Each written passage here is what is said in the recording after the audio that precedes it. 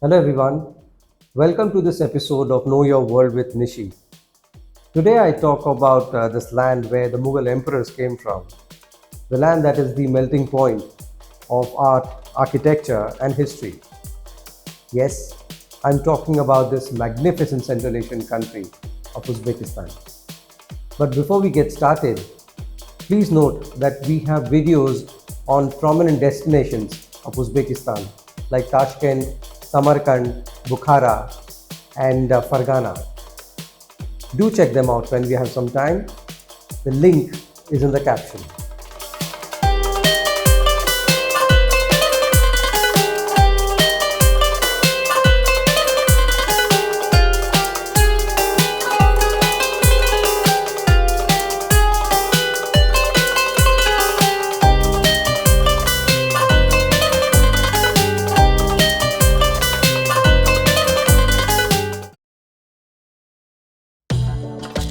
Uzbekistan is unparalleled when it comes to history and heritage. Its historical sites on the ancient Silk Route are home to numerous ancient citadels, caravanserais, beautiful mosques, mausoleums, and old bazars. The monuments made of turquoise tiled domes, tiled walls, intricate patterns, arched gateways, and gilded interiors are a sight to behold. The country also has a rich cultural heritage and artistic tradition of colourful handicrafts, which are passed on by masters for generations.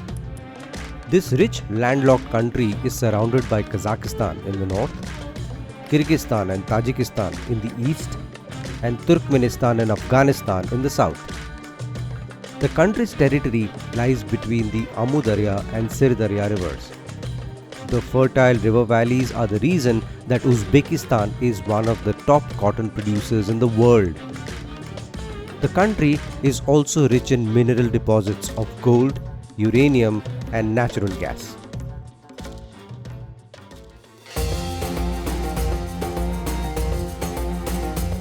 Tashkent is the capital of Uzbekistan and also the most populous city in the entire Central Asia. The city was rebuilt by the Soviets after a devastating earthquake in the 1960s and thus is a modern city with high-rise buildings, well-planned urban spaces and cosmopolitan vibes. Samarkand is the second largest city of Uzbekistan that lies on the Silk Route. Bukhara is another important historical city from the Silk Route era and has over 140 monuments, some of which are famous UNESCO World Heritage Sites. Further west is another historical city of Khiva. Fergana in the east is an important city which lies in the country's rich agricultural belt of Fergana Valley and is also popular for handicrafts. Other major cities of Uzbekistan are the industrial centers of Andijan, Namangan, Nukus and Navoy.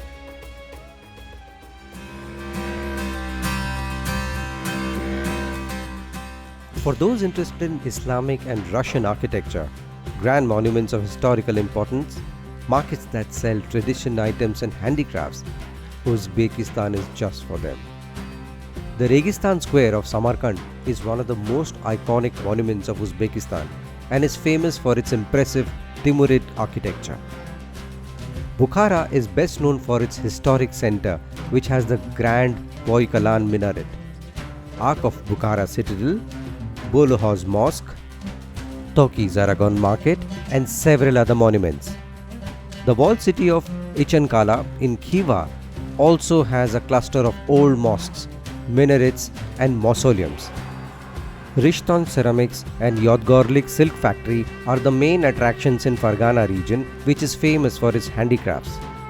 Capital Tashkent also has a few monuments from the Silk Route era, but some of its main attractions include heritage buildings of Soviet modernism architecture.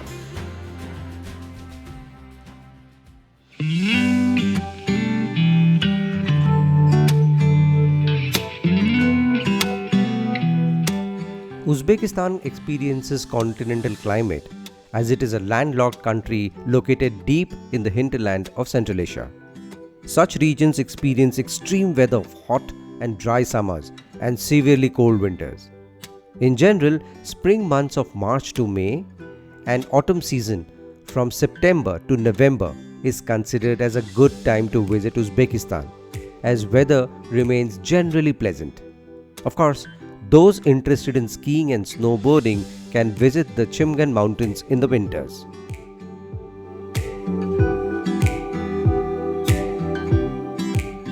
Travelers from most countries require an e-visa to enter Uzbekistan.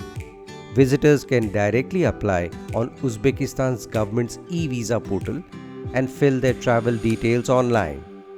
Visa is generally issued within 3 to 5 working days after the online registration and payment is done.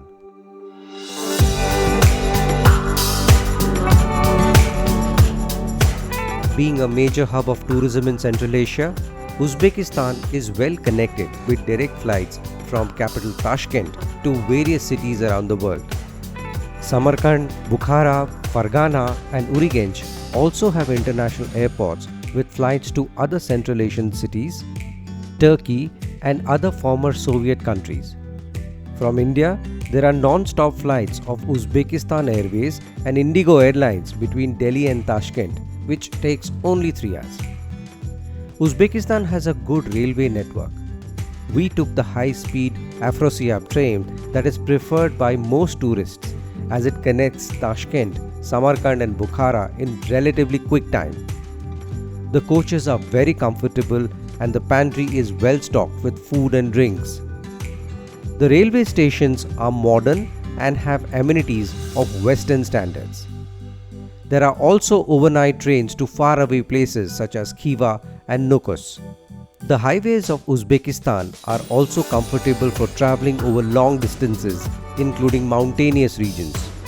The scenic drives through the Chatkal mountains and cotton fields in the countryside are also worth an experience.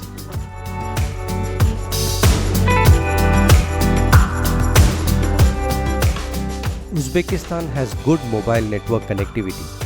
Beeline and Uzmobile are leading mobile operators and their SIMs are easily available for international tourists.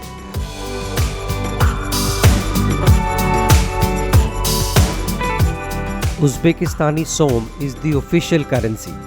$1 roughly yields to 12,500 Uzbekistani som. The currency notes are printed in high denominations such as 1,000, 2,000, 5,000, 10,000 and 50,000 and so on and so forth. For reference, a metro ride could cost roughly 2,000 soms. A bar of chocolate costs approximately 10,000 soms. Freshly baked tandoor breads come for nearly 15,000 soms and souvenir magnets for about 30,000 soms.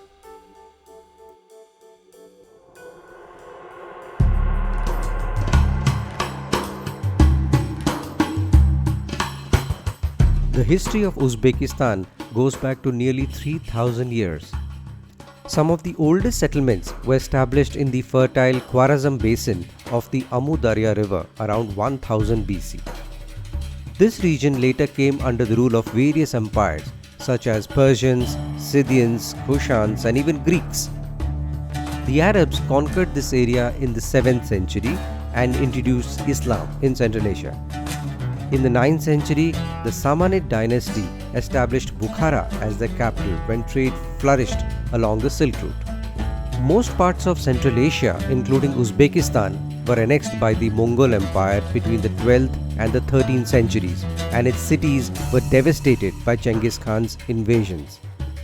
Amir Timur, the national figure of Uzbekistan, laid the foundation of Uzbek rule and made Samarkand his capital in the 14th century. The Shaybanids of Persia succeeded the Timurid dynasty in the 16th century. The country was then ruled by the emirs of Khiva, Bukhara and Kokand until the arrival of Russians. The Russians entered Central Asia in 1865 and made Tashkent the capital of Russian Turkestan. After the Bolshevik Revolution, the independent kingdoms of Khiva, Bukhara and Kokand were merged to form Uzbek SSR in 1921. After the fall of USSR, Uzbekistan was the first Soviet republic to become an independent nation in 1991.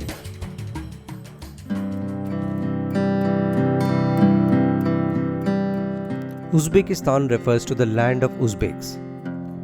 Uzbeks are a Turkic group of Central Asia and form the vast majority of the country. The Karakalpaks are another ethnic Turkic minority of nomadic origin who are natives of Karakalpakstan, an autonomous republic in western Uzbekistan. There are large numbers of Russians who live in Tashkent and major cities. Various ethnicities from different parts of the former USSR such as Tatars, Armenians, Kazakhs and Koreans were also settled here by the Soviets. Ethnic Tajiks also make up a considerable large population in the cities of Samarkand and Bukhara, which are close to the border with Tajikistan. Indians will find it interesting that similar to many countries in Central Asia, Bollywood is a big draw among Uzbeks.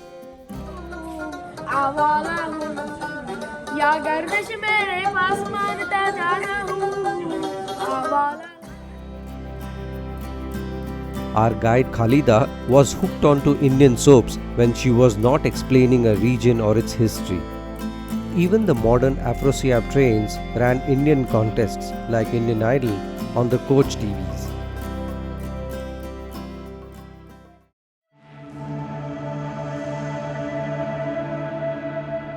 Uzbek and Russian are the most widely spoken languages in Uzbekistan.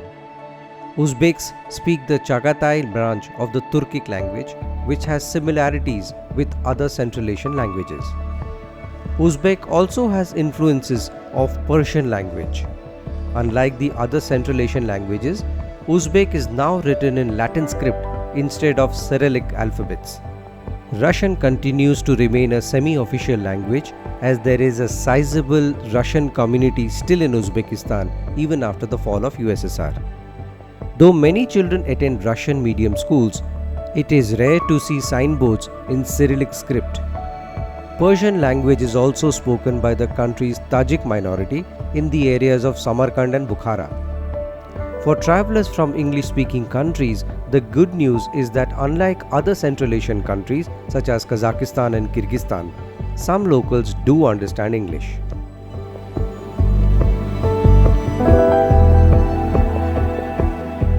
Uzbekistan followed many religions prior to the 7th century. Zoroastrianism is one of the oldest faiths in this region, which was once ruled by various Persian kingdoms. Navroz, the Zoroastrian New Year, is also Uzbekistan's biggest festival and is publicly celebrated on 21st March every year. Judaism has also been practiced in Uzbekistan for centuries, and thus Bukhara still has an old Jewish neighborhood with synagogue and Hebrew schools.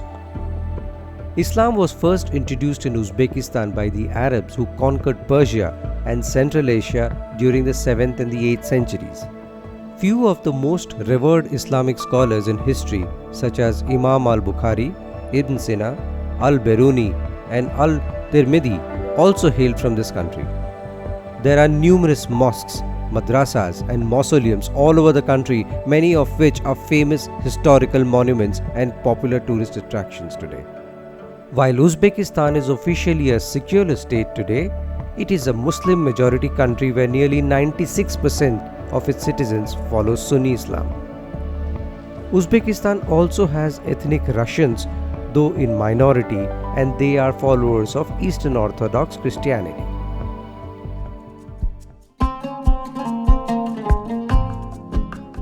Uzbek cuisine is a fine blend of Central Asian and Persian gastronomy. It has a large variety of local delicacies due to the influences of different cultures for centuries. Uzbek dishes typically comprise of meat and salads served with different breads like tandoor naan or patir, a crispy flatbread. The pulao that we have in India has its origins to pulao in Uzbekistan. Pulao is the most famous Uzbek dish, which is prepared with meat, rice, carrots, onions and spices in giant kozon or cauldrons. Other popular delicacies of Uzbekistan include lamb shashlik skewers, manti dumplings that are similar to momo, long hanum dumplings with potato filling, narin, which are thin noodles with horse meat, samsa, popularly known as samosa in India but is baked and not fried, mastava rice soup, and milk-based halwa sweets. Uzbekistan also produces delicious fruits, vegetables, and exotic dry fruits which can be sampled in the bazaars. Uzbeks love to sip tea throughout the day and drink a variety of herbal and floral teas.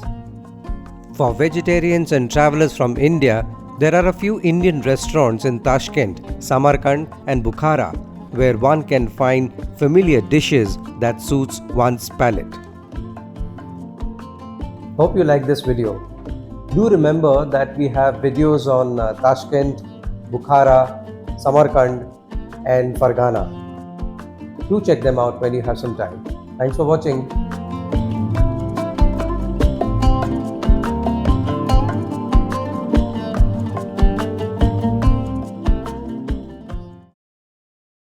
Unwinds live their stories